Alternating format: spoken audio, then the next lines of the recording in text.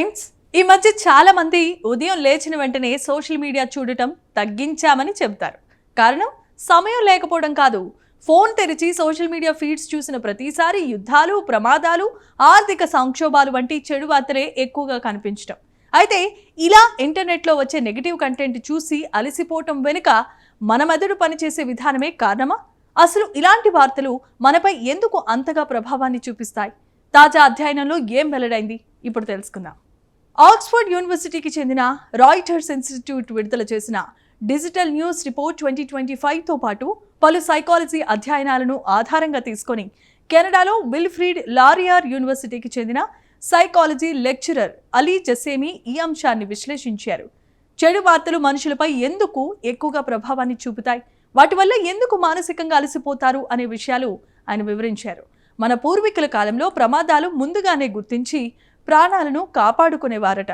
ఉదాహరణకు పొదల్లో చిన్న కదలిక కనిపించిన వెంటనే అప్రమత్తమయ్యేవారు. అందుకే వేల సంవత్సరాల పరిణామ క్రమంలో మన మెదడు మంచి వార్తల కంటే చెడు వార్తలపై ఎక్కువగా దృష్టి పెట్టేలా రూపాంతరం చెందుతూ వస్తోంది. సైకాలజీలో దీన్నే నెగిటివిటీ బయాస్ అంటారు. అంటే మంచి విషయాల కన్నా చెడు విషయాల మీదే మన దృష్టిని వేగంగా ఆకర్షిస్తాయి. అంతేకాదు వాటిని మనం ఎక్కువ కాలం గుర్తుంచుకుంటాం కూడా. సమస్య ఏంటి అంటే మన మెదడు ఇప్పటికీ వేల సంవత్సరాల క్రితం ఉన్న విధంగా పనిచేస్తోంది. కానీ ఇప్పుడు ప్రపంచం పూర్తిగా మారిపోయింది. ఒకప్పుడు కేవలం మన చుట్టుపక్కల ప్రాంతాల్లో జరిగిన సంఘటనల గురించి మాత్రమే తెలుసుకునేవాళ్ళం. కానీ ఇప్పుడు సోషల్ మీడియా ఆల్గారిథమ్స్ వల్ల ప్రపంచంలో ఏ మూలలో ఏ చిన్న నెగిటివ్ సంఘటన జరిగినా అది కొన్ని సెకండ్లలో మన ఫోన్ స్క్రీన్పై ప్రత్యక్షమవుతోంది. ఒక పరిశోధనలో 1,00,000కు పైగా ఆన్లైన్ న్యూస్ హెడ్లైన్స్ విశ్లేషించగా భయం, ఆందోళన రేకెత్తించే నెగిటివ్ పదాలు ఉన్న పోస్టులపై ప్రజలు ఎక్కువగా క్లిక్ చేసినట్లుగా గుర్తించారు. అంటే డిజిటల్ ప్రపంచంలో వచ్చే ఇలాంటి నెగిటివ్ కంటెంట్ పట్ల మన మెదడు సహజంగా ఎక్కువగా స్పందిస్తోందని శాస్త్రవేత్తలు చెబుతున్నారు. ఈ పరిస్థితిని కొంతమంది పరిశోధకులు ప్రాబ్లమెటిక్ న్యూస్ కన్జంప్షన్ అని పిలుస్తున్నారు.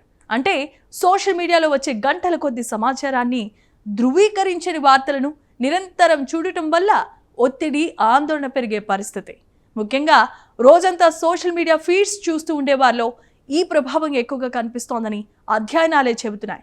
అయితే దీనికి పరిష్కారం వార్తలను పూర్తిగా మానేయటం కాదు. ఎందుకు అంటే సమాజంలో ఏం జరుగుతుందో తెలుసుకోవటం ప్రతి పౌరుడి బాధ్యత. బదులుగా సోషల్ మీడియాలో వచ్చే కోపం, భయం రేపే ఫేక్ కంటెంట్కు మనం దూరంగానే ఉంటూ బాధ్యతాయుతమైన నమ్మదగిన వనరుల ద్వారా మాత్రమే ఖచ్చితమైన సమాచారాన్ని తెలుసుకోవాలని నిపుణులు సూచిస్తున్నారు. చూశారు కదా, సోషల్ మీడియా విప్లవం తెచ్చిన అపారమైన సమాచారాన్ని ఒక్కసారిగా స్వీకరించేందుకు మన మెదడైతే సిద్ధంగా లేదు.